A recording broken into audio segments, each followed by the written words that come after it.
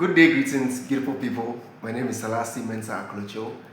You don't have to see me throughout this interview. Today, the focus is on our very good brother Carlos J. I'm in his beautiful office, and I'm happy that I get to meet him after a while.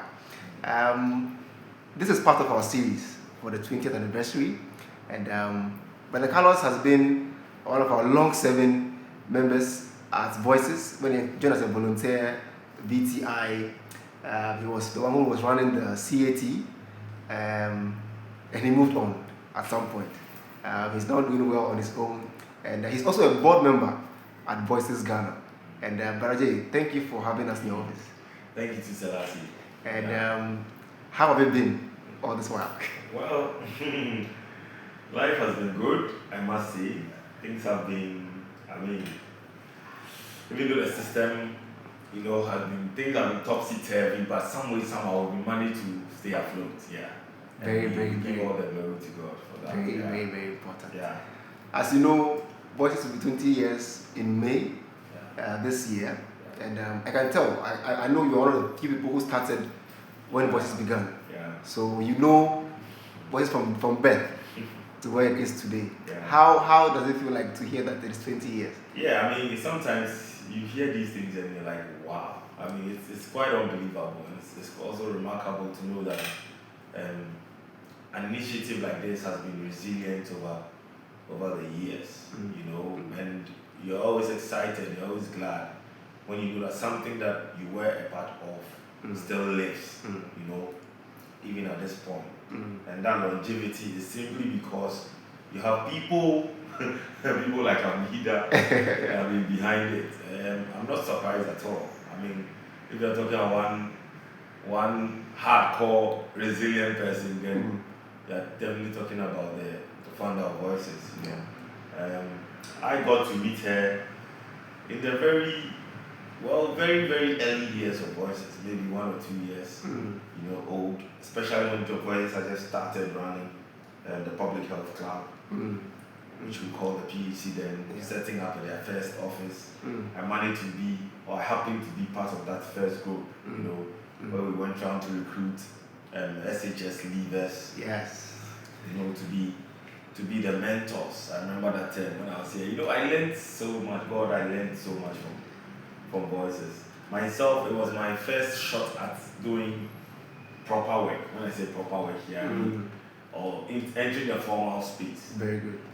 I just come out of school fresh, and I know that any work I've done is either volunteer work or internship or any other thing. But this was my first shot at work and getting paid a salary. Very good. And I was very young then too, so those were very, very exciting moments. Very, very exciting moments. And I happened to have somebody like Amida who knew so much. We felt she knew everything back then. Because I kept asking, how can a young person like this back then be this resourceful, be this knowledgeable, and everything. And her connections then, when I say her connections, she had her fingers in UNICEF and the World Food Program and UNDP, and I'm like, how is all this possible? Yeah. So we learned a lot. When I got in, I was my first role I remember was a community engagement officer. We used to call it CEC, Community Engagement Coordinator, CEC. And I was running a project called the VPI, Village Port Initiative. Yes. It was the way of crowd sourcing of funding. Sourcing of funding from there. Because the PHC, by then, so the PHC was just running public health clubs in schools that were, within selected communities. So what the VPI did was to look for or crowdsource for funds within those communities that the projects were happening, projects that were being run by these students. So it was quite cool. Yeah. For me, it was an experience because I just had to go to various businesses, small businesses. We're not looking for so much. Small businesses, to tell them about what the PEC was about, and for them to buy into it and source and release funds to it. It was a first time experience for me, and it was magical that I'm able to talk to a business for them to write a check for voice. I mean, it was like heaven to me. I had never done anything like that, and it was a very good eye opener. I believe it helps my engagement skills or my interpersonal skills. It really helped me because some of the companies or some of the businesses I went to were run by Lebanese, run by different people, and you know, they have their accent is a little different from us. Then you still have to be able to try and understand what they're saying. You know, tap into their temperament and know what mood they are in. When they're in a bad mood, it's not a good day. When they're in, all those, I learned all of that on the field, and it was a magical experience. It was a magical experience. Wow! With all that you've said, right, it's like you've summarized almost everything for me, and it is beautiful how you have been through from the beginning. It looks like it was an immersion program for you. Yeah, it was an immersion because you have to go through it. Voices and stuff, we had our own VIP, the voice immersion program, you know, and you had to go through it.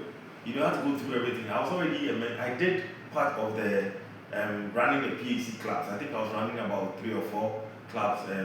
The one at Jamestown, the one at Anumle at some point. So I ran the clubs for some time before. I mean, we got the mentors to sort of take over. And once you are with voices, it doesn't matter. You needed to know how to do almost everything. For every program, you need to have an idea. You need to know how to get a program run. Because if a mentor calls in sick or is not available, somebody still needed to do the job, and that's why we were there. You know, and luckily for some of us, we're coming from very humble backgrounds. So some of these communities were already immersed in the community. Very good. Let me put that. So it wasn't much of a difficulty. But what I found so much joy and fulfillment in was being able to get the mentors to be immersed into the culture of these communities we're working in. Because these were very, let me say, deprived communities that were not too well to do. You know, and we're bringing the mentors from up there. You get it? These are kids of rich people and the highest of the high. You know, but we're getting them to go and instruct kids in a school that had there was chaos everywhere, people talk anyhow, and you're trying to get them to understand that there's the other side of that. it was such a big. I remember some of the comments some of the mentors passed. You know, sometimes when we are going back home from the PhD club and we are going in this evening and it's rush hour and there's no car for them to just sit in, and we had to stand in buses and all these anti-DD bus. It was such an experience for some of them. Some of them were grateful. Well, others took time to, you know, adjust into it and all that. It was such a beautiful thing, you know, to know that all these things were part of the culture of our people. And once you're Ghanaian, I mean, you needed to experience both sides of the same coin. Yeah, both sides of the same coin. It was such an experience. I formed very, very good partnerships, good alliances. Good. Yeah, one of my mentors was actually my best man when I was getting married some 11, 12 years ago. So that's how far the relationship went. Some of them have become like bosom friends, There's one guy, even when he hears I'm in Accra, he'll do everything possible to meet up with me. And we've built very good networks, very, very, very, very good networks from these states. You know. Now the PHC is now the CAT. Okay. It's now the Community Actions Team. Action Team, yes. So that's a media for you. Actions Team, it makes more sense. Yeah, that's right. Now, and it's running well. But this time around, we're thinking of also stepping into senior high school. Senior high school, yes. Because it's not a bit difficult to get the leaders from senior high school to come and volunteer. Yeah, it won't be an easy thing, especially with the new system, the education system. You know, the calendar is not like it used to be, where everybody knew that at this point school had vacated and everybody was in school at this point. Everybody has vacated. But now you're running a different tracks. There's a gold track, and I'm not wading into politics here, but I'm just trying to say that it's not helping our structure. It doesn't help the PhD structure. Yes, the way the PhD runs, that doesn't help the PhD. And one of the reasons why we're also having difficulty getting more volunteers now is the fact that most of the people who are leaving senior high school today want jobs. Yeah, you see, on the go. So let me tell you a little experience I had. There is this even JHS boy who is now yet to do senior high. So he starts senior high, and because he's in, I think, the gold track, there's vacation, and he has to stay home for 3 solid months, which is like unheard of. So he's just in SHS first year, and he's come home for a long back. So I was thinking, well, maybe I could put him in a class to better his grades, or get him better, because sitting home for 3 months is a long time. A long time For a student like that. You know what he told me? Form 1 boy. SHS 1, senior high, first level, first year student. He told me that, he really wants to go and work and do like proper work so he can make some money to go back to school. And looking at where he's coming from, I could understand, because getting access to provisions and all these groceries that students need for school is quite a struggle for him when he's going. So I didn't write him off when he said that. Okay. I was like, your reality is different from my reality. Maybe in my time, all those things were provided, so I'll be thinking about what to do to better myself. Very good. But because he knows he doesn't have that, he knows he needed to get some work so that he could get some money before he goes to school. So I agreed, and then I took him to see a friend, and then he started just doing some running errands in the office for them and all that. So when the 3 months were up, he had some very good money. And he was like, next time you come again. I was like, hey, you see, their realities are different, and their understanding of, bettering yourself is different from what it used to be. It used to be, Yeah. They just want to work. They don't want to do anything volunteering, anything intentional, but they just want the money. They want the money. Yeah. It's crazy. It's frustrating. It's frustrating, but it's still good. Yeah. It's still good. The realities are different now. Yeah. So that's been one of our biggest challenges over the years. So when we bring people in, the first few months they want to be like, because they're not getting the money they want. Yeah, I can understand. They're not getting the money. And for me, even back then, I think the main reason it worked was that most of these kids, like I was saying, are coming from very good families. Okay. So, money is not really the issue. Problem. Yeah, money is never the problem. They are coming, the parents are giving them some good packed lunch and everything. Sometimes all the parents come and drop the kids themselves and they pick them after. So they are coming from very, very, very good homes already. So money was not the issue. So it means that they will cherish the experience. Yes, they look for something else, which something is the experience, and it really made the program work well. Then we had so many volunteers. I remember we had so many. At some point we had over 10. Yeah, I think so. We could even have 10 volunteers from one school. Wow. We had about 10 volunteers from Ashimota school. Yeah, and most 90% or 70% of them were coming from very good homes. So sometimes they drove. Me that I was working there, I didn't have a car, but the mentors would come and they drove cars. Exactly. Yeah, It was a very humbling experience. Yeah, it's good. But how do you see? Yes, the current group of children we have today, they are money oriented. But do you think it is something we should just encourage, or we should still take them a little bit? We have to adapt. Some businesses say you adapt or you die. We have to adapt. Adaptation is so key in all this. This is their focus. What do we do with it? What can we? I don't like using the word manipulate. Otherwise, it looks a bit negative. But let's look at the positive sense of that word. Can we manipulate their interest, or can we manipulate their expectations in a way that aligns with ours?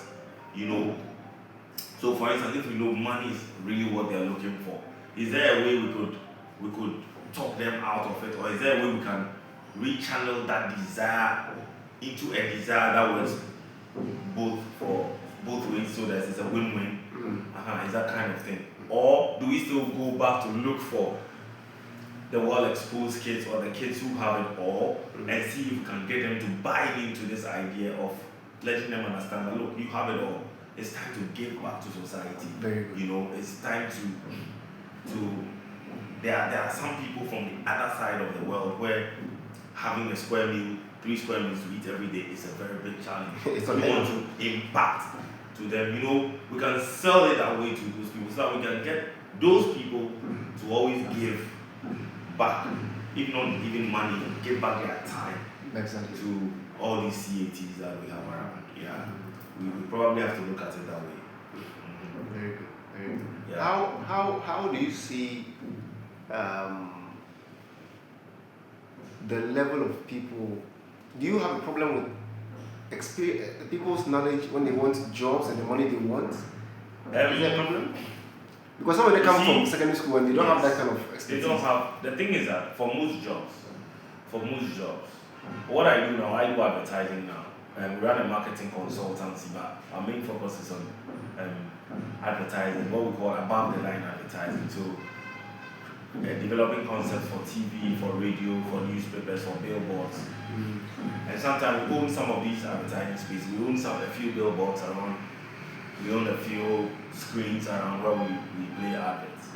So sometimes when you get people coming in to work with you, they may have learned a thing or two in school about communications, about marketing and everything. But the space is unique. What we do may not necessarily be what you learned in school.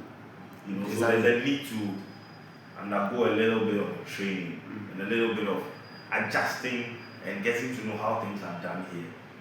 What we realize with most of these young people is that yes, they come in all eager and everything, but it's difficult to catch their attention. The attention span is shorter than it used to be. It's way shorter now. They come in, they are all excited to learn, but within a very short time, it's as if something else is taking their attention. So when we have people who are not like that, we are very excited about them. A young lady from Tech came in last time, and she stayed with us for quite some time, and we even wanted her to stay longer, but she had to go to school because we don't get her crop of people. Somebody comes in just a week and he's lost. You can't find him anymore. You're like, how do you come to work 1 week and you don't come again? It's crazy. He's doing something else. And you see, sometimes, I don't want to say I blame, but sometimes the blame falls on these betting companies and all the other things. When they throw in a bet and they are able to cash out, they are successful, they feel that they are wasting their time here. Okay. Yeah. So they come in and the whole month I get to earn this. Maybe I could do that. Yes, that week. Just by placing bets. Yeah. And it's difficult to make them understand that that's not a sustainable way of life. No matter how much you explain to them, they still look at somebody else who won 1 million cedis, who did this and who did that, and feel that no, the harder they try, the closer they get to those people.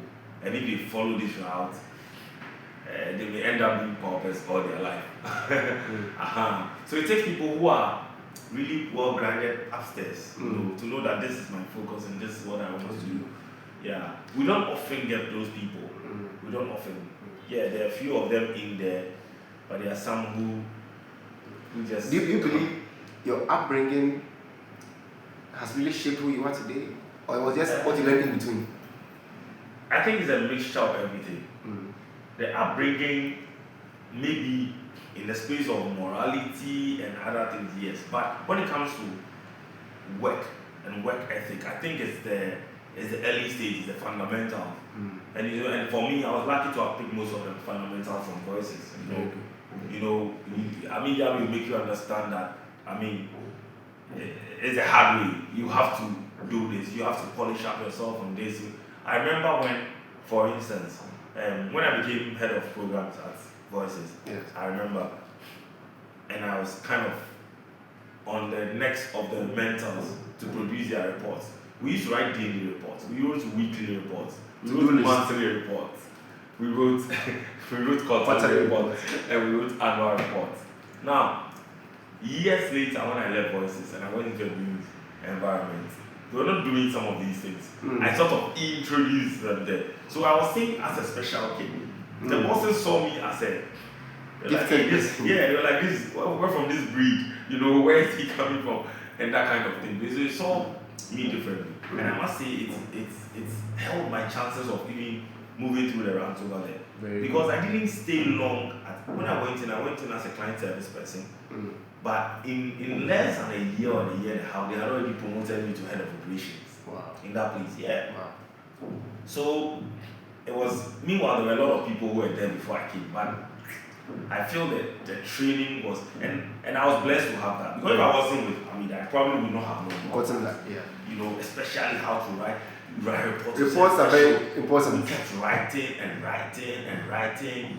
Oh, even years later, I remember when we do some short execution, we execute some projects for UNICEF.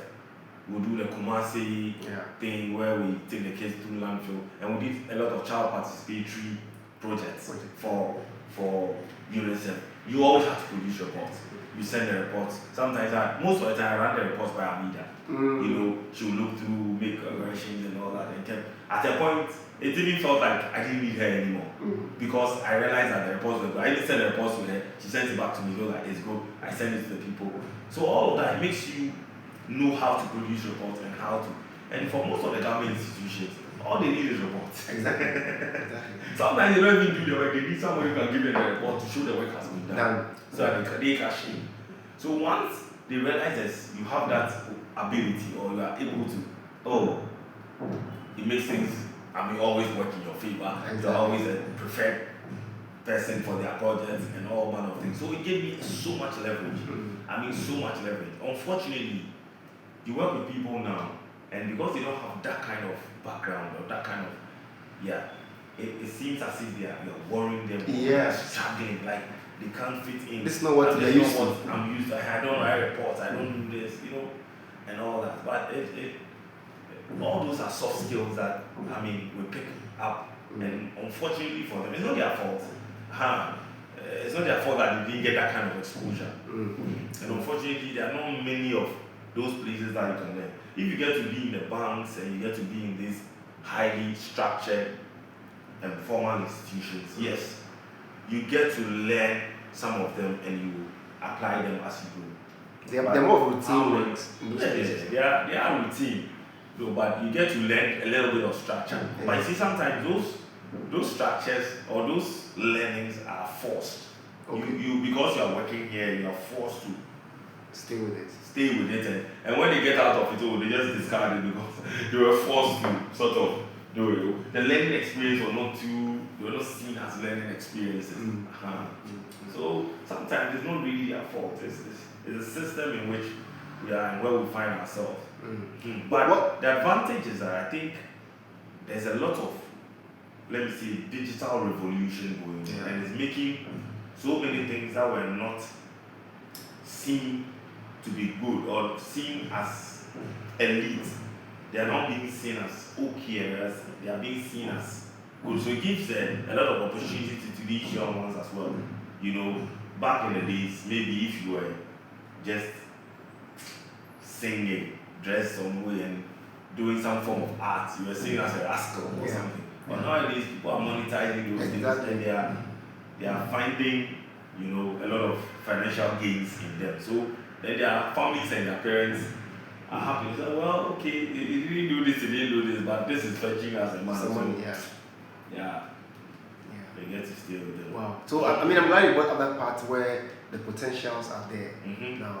But broadly, what are some of the things you think more young guys should focus on today? If you look at the young people that are coming up, what do you think? Okay, I know you're speaking about how to learn, but what other things do you think they should look out for as they're growing up in life? I think one thing that you can never shy away from is experience. Look, no matter how much money you make, if you don't develop character for it, you just mess up when you grow up, or when you, at some point, you just mess up. And how do you develop that character? It's by going through the mill, it's by gaining experiences from so many things. People hardly talk about internships these days. People hardly talk about volunteering their time for a certain cause or wanting to learn something for nothing.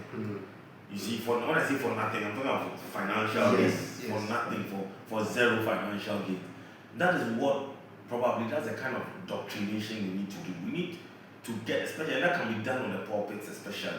You know, the churches and and families begin to let young people understand that look, you need this kind of experience. Go here, go learn. When we were young, there was apprenticeship. Yes. No apprentice go stay there our money. Yeah. You are thinking about getting to learn and to know, so that later you can also become a master. You know, and that thing, that culture is getting lost. It's a dangerous route. It's a dangerous direction, and that we need to find ways of bringing things that look like that back. You know, getting to get young people to believe that I need to develop character through apprenticeship, through learning. I mean, in a program, some program that's not going to pay me money now, but will pay me later. Exactly. You know, yeah. It's a dangerous. It gives a very bleak or gloomy future, but I'm not a doomsday prophet, so I won't say. Yeah, I think we need to find ways of going about it. Those who work with me here, I take them through the mill. I make sure that you really, I pass on as much as I can to them. You know, we had one person resigning just yesterday, and her letter was very encouraging. You know, she talked about the growth, what she's gone through all these 5 years, and how productive her life has been and all that. I mean, and it's good. Yeah. That when people are leaving, they have these good things to say, you know, to know that, yeah, their lives have really been impacted. I always keep saying something, and that thing I learned from Amida way back. I ask people that, can they say, for instance, when we enter this year, can you say that this year is if this 1 year that you are being through here, are you a better version of yourself than you were? You should be able to know that, and you should be able to appreciate that. Yes. Because it's all about empowering people and making sure that they are better versions of who they were. Yeah. And I think that's one of the main things I picked up from Voice, and it has lived with me. Always being a better version of yourself. Always being a better version. And that's what I keep pushing to do. I tell them, you can't be with me. Those days I remember Amida will tell you that how are your career goals aligned with Voices if after a year, after 2 years, you realize that there's no progress and you don't have any business being there, you know. And that's what I keep telling people here. Yeah, nobody should be here if for nothing at all. Add on one soft skill, add on something, make sure you're better off.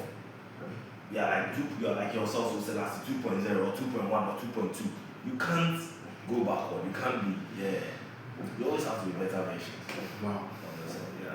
Wow. I mean, this interview here has turned out to be me just listening to you speak. And I mean, I'm glad that you have actually been through a system, you know, all the way to being a board member. I know these things at the fingertips. So I'm really grateful that you spent time to speak on this. But what now? What is about 30 years? What are you looking out for in the next future? Like, what do you want to see? Our Voices. I'd love to see Voices being replicated in different regions. You know, I'll be glad to know that there's Voices in Kumasi, there's Voices in the Eastern region, there's Voices in the Ashanti region. Very good. And at least the Golden Triangle, Takoradi, Kumasi, and Accra, will be good too. And I want to feel or see Voices footprints all over Accra. Yeah. You know, I know it's not an easy thing to do, especially when Voices is not a business that generates funds. Let me put it that way. But Voices relies on the benevolence of others and on grants from people who find, let me say, reason or who believe in the cause that we are charting. So it's not about just saying I want it to be there, it has to be there. You know, the funding has to be available. Exactly. And the funding has to send the projects there. So my prayer is that, many more people will believe in this worthy cause and begin to support the cause so that, we can be able to make impact in many more places because I believe the opportunity is there. Yeah. Opportunity is there to make people better versions of themselves, people to embark on projects that will improve livelihoods. And what Voices itself is. I remember Voices, we used to say that we used to be the voice of the voiceless. Yes. helping marginalized people in societies to embark on projects that would enhance their own livelihoods. You know, and there are many more communities that need this kind of empowerment. So many more children need to be empowered in so many different communities. So in the 21st century, I mean, we need all these people to be empowered. So we need voices to be the vehicle that will make this empowerment see the light of day. Yeah. Brother Carlos, I wish we didn't have to stop this interview. Yeah. Thank you so much. And I think I would come here another time for a different interview.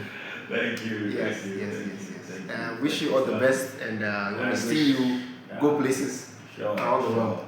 Sure. I wish Voices a very, very, very happy birthday, happy 20th. Yes. And let's see what happens. Maybe by the next 10, we'll see what other things will happen. Very good. Thank you.